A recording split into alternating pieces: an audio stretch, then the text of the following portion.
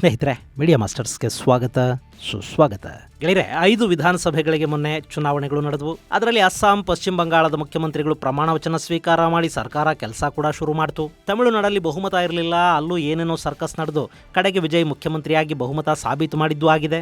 ಇನ್ನು ಕೇಂದ್ರಾಡಳಿತ ಪ್ರದೇಶ ಪುದುಚೇರಿಯಲ್ಲಿ ಕೂಡ ಎನ್ ರಂಗಸ್ವಾಮಿ ಸರ್ಕಾರವನ್ನು ರಚನೆ ಮಾಡಿದ್ದಾರೆ. ಆದರೆ ಕಾಂಗ್ರೆಸ್ ಗೆದ್ದಿರುವ, ಬಹುಮತ ಪಡೆದಿರುವ ರಾಜ್ಯ ಕೇರಳದಲ್ಲಿ ಸರ್ಕಾರ ರಚನೆ ವಿಳಂಬ ಆಗ್ತಾ ಇತ್ತು. ಅಲ್ಲಿ ಯಾರು ಮುಖ್ಯಮಂತ್ರಿ ಆಗಬೇಕು ಅನ್ನೋದನ್ನ ಡಿಸೈಡ್ ಮಾಡೋದಕ್ಕೆ ತಡ ಆಗ್ತಾ ಇತ್ತು. ಕಾಂಪಿಟೇಷನ್ ಹೆಚ್ಚಿತ್ತು. ಕಡೆಗೆ ಅಲ್ಲಿ ಕೂಡ ಸಮಸ್ಯೆಗಳು ಬಗೆಹರಿದಿವೆ. ಈಗ 18ನೇ ತಾರೀಕು ವಿ.ಡಿ. ಸತೀಶನ್ ಕೇರಳದ ಮುಖ್ಯಮಂತ್ರಿಯಾಗಿ ಪ್ರಮಾಣ ವಚನವನ್ನು ಸ್ವೀಕಾರ ಮಾಡ್ತಾ ಇದ್ದಾರೆ. ಈ ಮೂಲಕ ಕೇರಳದಲ್ಲಿ UDF ಸರ್ಕಾರ ಅಧಿಕಾರಕ್ಕೆ ಬರ್ತಾ ಇದೆ. ಆದರೆ ಅಲ್ಲಿ ಈ ಆಯ್ಕೆಗಾಗಿ ನಡೆದ ತೆರೆಮರೆಯ ಕಸರತ್ತು ಮಾತ್ರ ಸಣ್ಣದೇನಲ್ಲ. KC ವೇಣುಗೋಪಾಲ್ ಮುಖ್ಯಮಂತ್ರಿ ಆಗಲೇಬೇಕು ಅಂತ ಮಾಡಿದ ಪ್ರಯತ್ನಗಳು, ಶಾಸಕರ ಬೆಂಬಲ, ರಾಹುಲ್ ಗಾಂಧಿಯವರ ಇಚ್ಛೆ, ಇದೆಲ್ಲವನ್ನ ಮೀರಿ ಅಲ್ಲಿ ಸೋನಿಯಾ ಗಾಂಧಿಯವರ ಇನ್ಫ್ಲೂಯೆನ್ಸ್ ಕೆಲಸ ಮಾಡಿದೆ ಮತ್ತು ಹಿರಿಯ ನಾಯಕ AK ಆಂಟನಿ ಅಲ್ಲಿನ ಆಟದಲ್ಲಿ ಗೆದ್ದಿದ್ದಾರೆ. ಹಾಗಿದ್ರೆ ಏನಿದು ಕೇರಳ ಮುಖ್ಯಮಂತ್ರಿ ಆಯ್ಕೆಯ ಹಿಂದಿನ ಕಸರತ್ತು? KC ವೇಣುಗೋಪಾಲ್ಗಲ್ಲಿ ಪಟ್ಟ ಕಟ್ತಾರೆ ಅಂತಲೇ ಎಲ್ಲರೂ ಭಾವಿಸಿದ್ದ ಕೇರಳದಲ್ಲಿ AK ಆಂಟನಿ ಅವರ ಆಟ ನಡೆದಿದ್ದು ಹೇಗೆ? ಬನ್ನಿ ನೋಡೋಣ.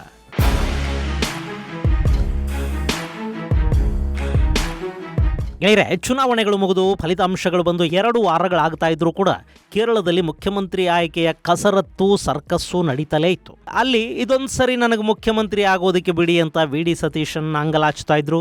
ನಾನು ರೇಸಲ್ಲಿದ್ದೀನಿ ಅಂತ ರಮೇಶ್ ಚೆನ್ನಿತ್ತಲ ಹೊಸ ಬಟ್ಟೆ ಹಾಕೊಂಡು ರೆಡಿಯಾಗಿದ್ರು. ಇನ್ನು KC ವೇಣುಗೋಪಾಲ್ ಅಲ್ಲಿ ಸಾಕಷ್ಟು ಅಭ್ಯರ್ಥಿಗಳಿಗೆ ಟಿಕೆಟ್ ಕೊಟ್ಟು ಮೊದಲೇ ಒಂದು ವೇದಿಕೆಯನ್ನ ಸಿದ್ಧಪಡಿಸಿಟ್ಕೊಂಡಿದ್ರು. ಶಾಸಕರ ಬೆಂಬಲ ನನಗೆ ಅನ್ನೋ ಖುಷಿಲಿ ಅವರಿದ್ರು. ಎಲ್ಲರ ಗಮನ KC ವೇಣುಗೋಪಾಲ್ ಕಡೆ ಇರುವಾಗ ಅಲ್ಲಿ ದೊಡ್ಡದೊಂದು ಬದಲಾವಣೆ ನಡೆದು ಹೋಯಿತು. ಅಂತಿಮವಾಗಿ ಕಳೆದ ವಿಧಾನಸಭೆಯ ವಿರೋಧ ಪಕ್ಷದ ನಾಯಕ ವಿ.ಡಿ. ಸತೀಶನ್ ಅವರ ಹೆಸರನ್ನ ಅಂತ್ಯಗೊಳಿಸಲಾಯಿತು. ಶಾಸಕರ ಅಭಿಪ್ರಾಯವನ್ನು ಪಕ್ಕಕ್ಕಿಟ್ಟು ಮಿತ್ರ ಪಕ್ಷದ ಅಭಿಪ್ರಾಯವನ್ನು ಗೌರವಿಸಿ ಸತೀಶನ್ ಅವರ ಆಯ್ಕೆಯನ್ನು ಫೈನಲ್ ಮಾಡಲಾಗಿದೆ. ಅವರು ಇದೇ ಮೇ 18ನೇ ತಾರೀಕು ಮುಖ್ಯಮಂತ್ರಿಯಾಗಿ ಪ್ರಮಾಣ ವಚನವನ್ನು ಸ್ವೀಕರಿಸ್ತಾರೆ.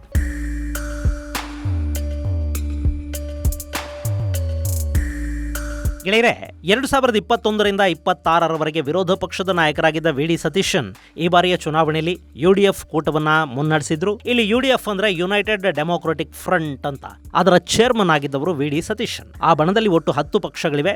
ಅದರಲ್ಲಿ ಕಾಂಗ್ರೆಸ್ ದೊಡ್ಡಣ್ಣ, ಇಂಡಿಯನ್ ಮುಸ್ಲಿಂ ಲೀಗ್ ಚಿಕ್ಕಣ್ಣ, ಇನ್ನುಳಿದವರೆಲ್ಲ ಪುಟ್ಟಣ್ಣಂದಿರು. ಇಲ್ಲಿ ವಿಶೇಷ ಅಂದ್ರೆ ಯಾವ ಕಾಂಗ್ರೆಸ್ ವಿರುದ್ಧ ಇಂಡಿಯನ್ ಮುಸ್ಲಿಂ ಲೀಗ್ ಅನ್ನೋ ಪಕ್ಷ ಅವತ್ತು ಹುಟ್ಕೊಂಡಿತ್ತೋ ಅದೇ ಕಾಂಗ್ರೆಸ್ನ ಜೊತೆ ಈ ಇಂಡಿಯನ್ ಮುಸ್ಲಿಂ ಲೀಗ್ ಇವತ್ತಿದೆ. ಹಾಗೆ ಇಂಡಿ ಕೂಟದಲ್ಲಿ ಕೂಡ ಯಾವ ಕಮ್ಯುನಿಸ್ಟರನ್ನ ವಿರೋಧಿಸ್ತಾ ಅವ್ರು ಯಾವುದೇ ಕಾರಣಕ್ಕೂ ಅಧಿಕಾರಕ್ಕೆ ಬರಬಾರದು ಅಂತ ದಶಕಗಳ ಕಾಲ ಕಷ್ಟಪಡ್ತಾ ಕಮ್ಯುನಿಸ್ಟರ ಶಕ್ತಿಯನ್ನ ಯಾವ ಕಾಂಗ್ರೆಸ್ ಕಿತ್ಕೊಂಡಿತ್ತೋ ಅದೇ ಕಾಂಗ್ರೆಸ್ ಜೊತೆ ಕಾಮ್ರೇಡುಗಳು ಇವತ್ತು ಕೈ ಜೋಡಿಸಬೇಕಾಗಿ ಬಂದಿದೆ. ಇನ್ನು ತನ್ನನ್ನ ಬೈಕಂಡು ಓಡಾಡ್ತಿದ್ದವರೆಲ್ಲರನ್ನ BJP ತನ್ನೊಳಗೆ ವಿಲೀನ ಮಾಡ್ಕೊಳ್ತಾ ಹೋಗ್ತಾ ಇಲ್ವೇ? ಇದು ಕೂಡ ಹಾಗೇನೆ ಇರ್ಲಿ. ಇನ್ನು ಈ ಬಾರಿಯ ಚುನಾವಣೆಯಲ್ಲಿ ಕಾಂಗ್ರೆಸ್ ಕೇರಳದಲ್ಲಿ 63 ಸ್ಥಾನಗಳನ್ನು ಗಳಿಸಿಕೊಂಡಿದೆ. IUML ಅಂದ್ರೆ ಇಂಡಿಯನ್ ಯೂನಿಯನ್ ಮುಸ್ಲಿಂ ಲೀಗ್ 22, ಕೇರಳ ಕಾಂಗ್ರೆಸ್ 7, ರೆವಲ್ಯೂಷನರಿ ಸೋಷಲಿಸ್ಟ್ ಪಾರ್ಟಿ 3, ಕೇರಳ ಕಾಂಗ್ರೆಸ್ ಜಾಕೋಬ್ 1, ಕೇರಳ ಡೆಮೊಕ್ರೆಟಿಕ್ ಪಾರ್ಟಿ 1, ರೆವಲ್ಯೂಷನರಿ ಮಾರ್ಕ್ಸಿಸ್ಟ್ ಪಾರ್ಟಿ ಆಫ್ ಇಂಡಿಯಾ 1, ಕಮ್ಯುನಿಸ್ಟ್ ಮಾರ್ಕ್ಸಿಸ್ಟ್ ಪಾರ್ಟಿ ಒಬ್ಬ ಶಾಸಕನನ್ನ ಅಲ್ಲಿ ಹೊಂದಿದೆ. ಇನ್ನುಳಿದಂತೆ ಆಲ್ ಇಂಡಿಯಾ ಫಾರ್ವರ್ಡ್ ಬ್ಲಾಕ್, JSS ಪಕ್ಷಗಳು ಯಾವ ಶಾಸಕರನ್ನು ಹೊಂದಿಲ್ಲ. ಆದರೂ ಆ ಪಕ್ಷಗಳು ಕೂಟದ ಭಾಗ ಆಗಿವೆ. ಸೊ ಈ UDF ಅನ್ನು ಮುನ್ನಡೆಸಿದ್ದೆ ವಿ.ಡಿ. ಸತೀಶನ್. ಹೀಗಾಗಿ ಈಗ ಸತೀಶನ್ ಅವರಿಗೆ ಪಟ್ಟ ಸಿಗ್ತಾ ಇದೆ. ಇದರಿಂದ ಮುಸ್ಲಿಂ ಲೀಗ್ ಕೂಡ ಖುಷಿ ಆಗ್ತಾ ಇದೆ. ಯಾಕೆಂದ್ರೆ ಈ IUML ನ ಮೈತ್ರಿಯಲ್ಲಿ ಉಳಿಸ್ಕೊಳ್ಳೋದರ ಜೊತೆಗೆ ಅವರ ಜೊತೆಗಿನ ಮೈತ್ರಿ ಕಾಂಗ್ರೆಸ್ಗೆ ಅತ್ಯಂತ ಅವಶ್ಯಕ ಅಂತ ಪ್ರತಿಪಾದಿಸಿದ್ದವರಲ್ಲಿ ಸತೀಶನ್ ಪ್ರಮುಖರಾಗಿದ್ದರು. ಇನ್ನು ಜಾತ್ಯತೀತ ಅಂದ್ರೇನೆ ಮುಸ್ಲಿಂ ಲೀಗ್ ಜೊತೆಗಿನ ಮೈತ್ರಿ ಅಂತ ಭಾವಿಸಿರೋ ಒಂದಷ್ಟು ನಾಯಕರ ಪೈಕಿ ಸತೀಶನ್ ಕೂಡ ಒಬ್ರು. ಸೊ IUML ನ ನಾಯಕ ಸಾದಿಕ್ ಅಲಿ ಶಿಹಾಬ್ ತಂಗಲ್ ಸತೀಶನ್ ಮುಖ್ಯಮಂತ್ರಿ ಆಗಲೇಬೇಕು ಅಂತ ದೊಡ್ಡ ಮಟ್ಟದಲ್ಲಿ ಪ್ರಯತ್ನ ಮಾಡಿದ್ರು. ಸತೀಶನ್ ಅವರನ್ನ ಜನನಾಯಕ ಅಂತ ಕರೆದ್ರು. ಸಾಧ್ಯವಾದಷ್ಟು ಸತೀಶನ್ ಪರ ಲಾಬಿ ಮಾಡಿದ್ದು ಈ ಮುಸ್ಲಿಂ ಲೀಗ್. ಇನ್ನು ಕೇರಳದಲ್ಲಿ ಮುಖ್ಯಮಂತ್ರಿ ಆಗೋದಕ್ಕೆ 3 ಜನ ರೇಸಲ್ಲಿದ್ರು. ಅವರಲ್ಲಿ ಒಬ್ಬರು ವಿ.ಡಿ. ಸತೀಶನ್, ಎರಡನೆಯವರು KC ವೇಣುಗೋಪಾಲ್, ಹಾಗೆ ಮೂರನೆಯ ಹೆಸರು ಹಿರಿಯ ನಾಯಕ ರಮೇಶ್ ಚೆನ್ನಿತ್ತಾಲ. ಈ ಚೆನ್ನಿತ್ತಾಲ ಈ ಹಿಂದೆ ಗೃಹ ಸಚಿವರಾಗಿದ್ರು, ವಿರೋಧ ಪಕ್ಷದ ನಾಯಕರಾಗಿ ಕೂಡ ಕೆಲಸ ಮಾಡಿದ್ರು, ಹಿರಿಯ ನಾಯಕ. ಹೀಗಾಗಿ ಚುನಾವಣಾ ಫಲಿತಾಂಶ ಬರೋ ಮೊದಲೇ CM ಕುರ್ಚಿ ಮೇಲೊಂದು ಟವಲ್ ಹಾಕೊಂಡೆ ಈ ಚೆನ್ನಿತ್ತಾಲ ಕಾಯ್ತಾ ಇದ್ರು. ರಿಸಲ್ಟ್ ಬಂದ ಕೂಡಲೇ ಅವರ ಬೆಂಬಲಿಗರು ಪೋಸ್ಟರ್, ಬ್ಯಾನರ್ಗಳನ್ನು ಹಚ್ಚೋದ್ರ ಮೂಲಕ ಚೆನ್ನಿತ್ತಾಲಾನೇ ಮುಖ್ಯಮಂತ್ರಿ ಅಂತ ಬಿಂಬಿಸೋ ಪ್ರಯತ್ನವನ್ನು ಮಾಡಿದ್ರು. ಮತ್ತೊಂದು ಕಡೆ ಕೇರಳ ಕಾಂಗ್ರೆಸ್ನ MLAಗಳು KC ವೇಣುಗೋಪಾಲ್ ಬೆಂಬಲಕ್ಕೆ ನಿಂತರು. ರಾಹುಲ್ ಗಾಂಧಿಗೆ ಕೂಡ ತಮ್ಮ ಈ ಅತ್ಯಾಪ್ತನನ್ನ ಸಿಎಂ ಕುರ್ಚಿ ಮೇಲೆ ಕೂಡಿಸಬೇಕು ಅನ್ನೋ ಆಸೆ ಇತ್ತು. ಕಾಂಗ್ರೆಸ್ ಪಕ್ಷದ ಪ್ರಧಾನ ಕಾರ್ಯದರ್ಶಿಯಾಗಿ ವೇಣುಗೋಪಾಲ್ ಕೇರಳದಲ್ಲಿ ಪಕ್ಷದ ನಾಯಕತ್ವವನ್ನ ತಮ್ಮ ಆಪ್ತರಿಗೆ ಕೊಟ್ಟಿದ್ದಾರೆ. ಹಾಗೆ ಈ ಬಾರಿ ಟಿಕೆಟ್ ಕೊಡುವಾಗ ವೇಣುಗೋಪಾಲ್ ಅವರ ಪಾತ್ರ ದೊಡ್ಡದಿತ್ತು. ಹೀಗಾಗಿ ಯಾರ್ಯಾರು ಆರಿಸಿ ಬಂದಿದ್ದಾರೋ ಅವರಲ್ಲಿ ಬಹುತೇಕರು ವೇಣುಗೋಪಾಲ್ ಬಗ್ಗೆ ಕೃತಜ್ಞತೆಯನ್ನ ಹೊಂದಿದ್ದಾರೆ. ಸುಮಾರು 63 ಶಾಸಕರ ಪೈಕಿ 46 ಮಂದಿ KC ವೇಣುಗೋಪಾಲ್ ಅವರೇ ಮುಖ್ಯಮಂತ್ರಿ ಅಂತ ಹೇಳೋದಕ್ಕೆ ಶುರು ಮಾಡಿದ್ರು. ಮತ್ತೊಂದು ಕಡೆ ಹಿರಿಯ ನಾಯಕ ಸತೀಶನ್ ತಮ್ಮ ಬೆಂಬಲಿಗರನ್ನು ಬೀದಿಗಿಳಿಸಿದ್ರು. ಅವರ ಪೋಸ್ಟರ್ ಬ್ಯಾನರ್ಗಳ ಜೊತೆ ಮೈಕಲ್ ಕೂಗೋರು, ಉರುಳು ಸೇವೆ ಮಾಡೋರು ಇವರೆಲ್ಲ ಶುರು ಆದ್ರು. ದಿನನಿತ್ಯ ಆ ಬಗ್ಗೆ ಸುದ್ದಿಗಳು ಪತ್ರಿಕೆಗಳಲ್ಲಿ ಟಿವಿಗಳಲ್ಲಿ ಬರುವ ಹಾಗೆ ನೋಡ್ಕೊಳ್ಳಾಯ್ತು. ಸತೀಶನ್ ಪರ ಸೋಷಿಯಲ್ ಮೀಡಿಯಾ ಕ್ಯಾಂಪೇನ್ ಅಲ್ಲಿ ದೊಡ್ಡ ಮಟ್ಟದಲ್ಲಿ ಶುರುವಾಯಿತು. ಸಾವಿರಾರು ಇಮೇಲ್ಗಳು ರಾಹುಲ್ ಹಾಗೂ ಪ್ರಿಯಾಂಕಾ ಅವರನ್ನು ತಲುಪೋದಕ್ಕೆ ಶುರು ಮಾಡಿದ್ವು. ಎಲ್ಲ ಕೂಡ ಸತೀಶನ್ ಮುಖ್ಯಮಂತ್ರಿ ಆಗಬೇಕು ಅನ್ನೋ ಒತ್ತಾಯದ ಮೇಲ್ಗಳೇ ಆಗಿದ್ವು. ಇದರ ಜೊತೆ ಮಿತ್ರ ಪಕ್ಷಗಳ ಮೂಲಕ ಕೂಡ ಸತೀಶನ್ ಹೈಕಮಾಂಡ್ ಮೇಲೆ ಒತ್ತಡ ಹೇರಿಸೋದಕ್ಕೆ ಶುರು ಮಾಡಿದ್ರು. ಮುಂದಿನ ಮುಖ್ಯಮಂತ್ರಿ ಯಾರು, ವೇಣುಗೋಪಾಲ, ಸತೀಶನ್ನ ಯಾರನ್ನ ಆಯ್ಕೆ ಮಾಡಬೇಕು ಅನ್ನೋ ಬಗ್ಗೆ ಹೈಕಮಾಂಡ್ಗೆ ಗೊಂದಲ ಶುರುವಾಯಿತು. AICC ಅಧ್ಯಕ್ಷ ಮಲ್ಲಿಕಾರ್ಜುನ್ ಖರ್ಗೆ ಅವರಿಂದ ಹೇಳಿಸಿದ್ರು ಕೂಡ ಸತೀಶನ್ನಲ್ಲಿ ಬಗ್ಲಿಲ್ಲ. ಕಡೆಗೆ ಸೋನಿಯಾ ಅಖಾಡಕ್ಕೆ ಇಳಿಬೇಕಾಗಿ ಬಂತು. ಗೆಳೆಯರೆ, ಸೋನಿಯಾ ಗಾಂಧಿ ಅವರ ರಾಜಕೀಯ ಅನುಭವದ ಮುಂದೆ ಪಾಪ ರಾಹುಲ್ ಇನ್ನೂ ಕಲಿಬೇಕಾಗಿರೋದು ಸಾಕಷ್ಟಿದೆ. ಹಾಗೆ ಕಾಂಗ್ರೆಸ್ ಪಕ್ಷದ ಕೆಲ ಹಿರಿಯ ನಾಯಕರು ರಾಹುಲ್ ಗಾಂಧಿಗೆ ಅರ್ಥ ಮಾಡಿಸೋದಕ್ಕೆ ಸಾಧ್ಯ ಆಗೋದಿಲ್ಲ ಅನ್ನೋ ತರದ ವಿಷಯಗಳನ್ನ ಈಗಲೂ ಕೂಡ ಮೇಡಮ್ ಸೋನಿಯಾ ಅವರ ಹತ್ರಕ್ಕೆ ತಗೊಂಡು ಹೋಗ್ತಾರೆ. ಕೇರಳದಲ್ಲೂ ಹಾಗೆ ಆಯಿತು. ಸೋನಿಯಾ ಗಾಂಧಿ ಅವರು ಈ ಸಮಸ್ಯೆಯನ್ನ ಬಗೆಹರಿಸೋದಕ್ಕೆ ಆಯ್ಕೆ ಮಾಡಿಕೊಂಡಿದ್ದು ಕೇರಳದ ಹಿರಿಯ ನಾಯಕ AK ಆಂಟನಿ ಅವರನ್ನ. AK ಆಂಟನಿ ಭಾರತದಲ್ಲಿನ ಕೆಲವು ವಿಶಿಷ್ಟ ರಾಜಕಾರಣಿಗಳ ಪೈಕಿ ಒಬ್ಬರು. ತುಂಬಾ ಸರಳ ಜೀವನವನ್ನು ನಡೆಸ್ತಾರೆ. ಹಾಗೆ ಸರಳವಾಗಿದ್ದು ಕೂಡ ಹೈಕಮಾಂಡ್ನ ಕಾರಣಕ್ಕೆ UPA ಆಡಳಿತದ ಅವಧಿಯಲ್ಲಿ ಹಲವಾರು ಅಪವಾದಗಳನ್ನು ಹೊತ್ತವರು AK ಆಂಟನಿ. ಗಾಂಧಿ ಕುಟುಂಬದ ಬಗ್ಗೆ ವಿಪರೀತ ನಿಷ್ಠೆ ಇಟ್ಕೊಂಡಿದ್ದಾರೆ. 3 ಬಾರಿ ಕೇರಳದ ಮುಖ್ಯಮಂತ್ರಿ ಕೂಡ ಆಗಿದ್ರು. ಸರಳತೆಯಲ್ಲಿ ಆಂಟನಿ ಅವರನ್ನ ಜಾರ್ಜ್ ಫರ್ನಾಂಡಿಸ್, ಮನೋಹರ್ ಪರ್ರಿಕರ್, ಇಂದ್ರಜಿತ್ ಗುಪ್ತಾ ಮುಂತಾದವರ ಸಾಲಿಗೆ ಸೇರಿಸಲಾಗುತ್ತೆ. ಇಲ್ಲಿ ಸಮಸ್ಯೆ ಉಂಟಾದ ಕೂಡಲೇ ಮೇಡಮ್ ಸೋನಿಯಾ ಅವರು ನೆನಪು ಮಾಡಿಕೊಂಡಿದ್ದು AK ಆಂಟನಿ ಅವರನ್ನ. ಇನ್ನು ಅಲ್ಲಿ ಆಂಟನಿ ಹೇಳಿದ ಹೆಸರು VD ಸತೀಶನ್ ಅವರದ್ದು. ಕೇರಳದಲ್ಲಿ ಜನರ ಅಭಿಪ್ರಾಯಕ್ಕೆ ಬೆಲೆ ಕೊಡೋಣ, ಶಾಸಕರ ಅಭಿಪ್ರಾಯಗಳು ಸದ್ಯಕ್ಕೆ ಬೇಡ ಅಂತ ಆಂಟನಿ ಹೇಳಿದ್ರಂತೆ.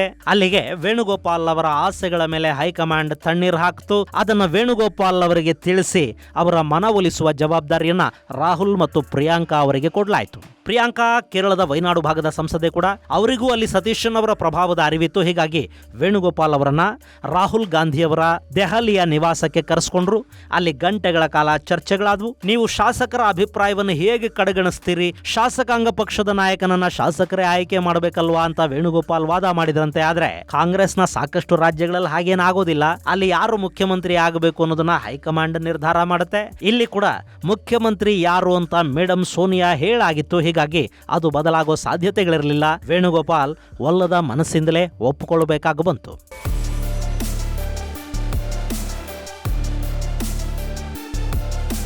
ಇನ್ನು 8 ದಿನಗಳಿಂದ ಬಿಡಿಸಲಾಗದ ಕಗ್ಗಂಟಾಗಿದ್ದ ಕೇರಳ ಮುಖ್ಯಮಂತ್ರಿಯ ಆಯ್ಕೆ ಅನ್ನೋ ಸಮಸ್ಯೆಯನ್ನ ಆಂಟನಿ ಕೆಲವೇ ಗಂಟೆಗಳಲ್ಲಿ ಬಿಡಿಸಿದ್ರು. ಅಲ್ಲಿ ಬಳಕೆಯಾಗಿದ್ದು ಕೇರಳದ ಬಗ್ಗೆ ಅವರಿಗಿದ್ದ ಜ್ಞಾನ ಮತ್ತು ಅಲ್ಲಿನ ರಾಜಕೀಯ ವ್ಯವಸ್ಥೆ. ಇಲ್ಲಿ ಆಂಟನಿ 2 ವಿಷಯಗಳನ್ನು ಗಮನಿಸಿದ್ರು.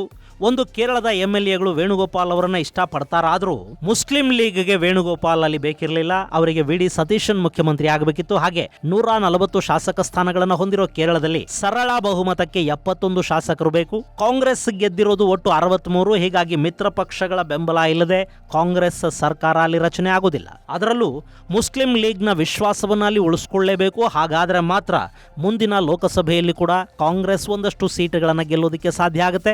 ಮುಖ್ಯವಾಗಿ ಪ್ರಿಯಾಂಕಾ ಅಥವಾ ರಾಹುಲ್ ಮತ್ತೆ ಕೇರಳದಲ್ಲಿ ಗೆಲ್ಲಬೇಕು ಅಂದ್ರೂ ಅಲ್ಲಿ ಮುಸ್ಲಿಂ ಲೀಗ್ನ ಬೆಂಬಲ ಬೇಕಾಗುತ್ತೆ. ಅದಕ್ಕಾಗಿ ಅಲ್ಲಿ ಸತೀಶನ್ ಮುಖ್ಯಮಂತ್ರಿ ಆಗಬೇಕು. ಇನ್ನು ವೇಣುಗೋಪಾಲ್ ಸಂಸದರಾಗಿದ್ದಾರೆ, AICC ಜನರಲ್ ಸೆಕ್ರೆಟರಿ ಕೂಡ ಆಗಿದ್ದಾರೆ.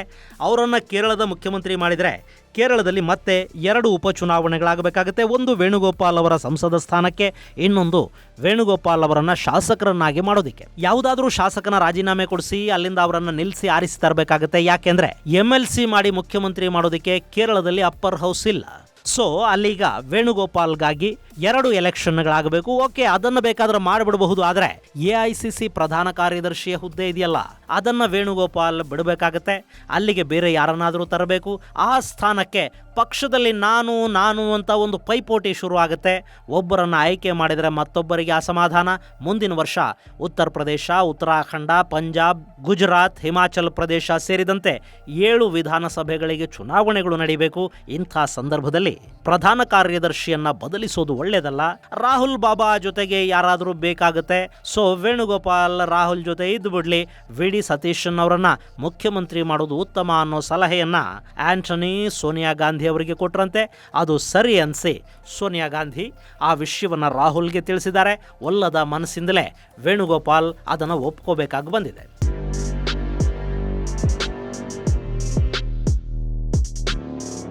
ಇನ್ನು VD ಸತೀಶನ್ ಮೇ 31, 1964ರಂದು ಕೊಚ್ಚಿಯ ನೆಟೋರಲ್ಲಿ ಹುಟ್ಟುತ್ತಾರೆ. ಅವರ ತಂದೆ ಕೆ ದಾಮೋದರ್ ಮೆನನ್, ತಾಯಿ ವಡ್ಡೇಸೇರಿ ವಿಲಾಸಿನಿ ಅಮ್ಮನ್. LLM ಪದವೀಧರರಾಗಿರೋ ಸತೀಶನ್ ಕೇರಳ ಹೈಕೋರ್ಟಲ್ಲಿ 10 ವರ್ಷ ವಕೀಲರಾಗಿ ಕೆಲಸ ಮಾಡಿದರು. 1996ರಲ್ಲಿ ಮೊದಲ ಬಾರಿಗೆ ಪರೋರ್ ಕ್ಷೇತ್ರದಿಂದ ಸ್ಪರ್ಧಿಸಿ ಸೋಲನುಭವಿಸಿದರು. ಆದರೆ 2001ರಿಂದ 2026ರವರೆಗೆ ಸತತ 6 ಬಾರಿ ಮತ್ತೆ ಅದೇ ಕ್ಷೇತ್ರದಿಂದ ಶಾಸಕರಾಗಿ ಆಯ್ಕೆಯಾಗಿ ಬರ್ತಾ ಇರೋ ಸತೀಶನ್ ಈಗ ಮುಖ್ಯಮಂತ್ರಿ ಕೂಡ ಆಗ್ತಾ ಇದ್ದಾರೆ. ಪಾಪ ವೇಣುಗೋಪಾಲ್ ತಮ್ಮ ಅಸಮಾಧಾನವನ್ನ ಹೊರಗೆ ಹಾಕೋದಿಕ್ಕೂ ಕೂಡ ಸಾಧ್ಯವಾಗದೆ ಎಲ್ಲವನ್ನ ಎದೆಯಲ್ಲಿಟ್ಟುಕೊಂಡು ರಾಹುಲ್ ಗಾಂಧಿ ಅವರ ಜೊತೆ ದೆಹಲಿಯಲ್ಲಿ ಉಳ್ಕೋಬೇಕಾಗಿ ಬರ್ತಾ ಇದೆ. ಇದು ಗೆಳೆಯರೆ ಕೇರಳ ಮುಖ್ಯಮಂತ್ರಿಯ ಆಯ್ಕೆಯ ಹಿಂದಿನ ಕಸರತ್ತಿನ ಬಗ್ಗೆ ಒಂದಷ್ಟು ಮಾಹಿತಿ. ಮುಂದಿನ ಸಂಚಿಕೆಯಲ್ಲಿ ಮತ್ತಷ್ಟು ವಿಶೇಷಗಳ ಜೊತೆ ಮತ್ತೆ ಭೇಟಿಯಾಗೋಣ. ಅಲ್ಲಿವರೆಗೆ ಜೈ ಹಿಂದ್, ಜೈ ಕರ್ನಾಟಕ.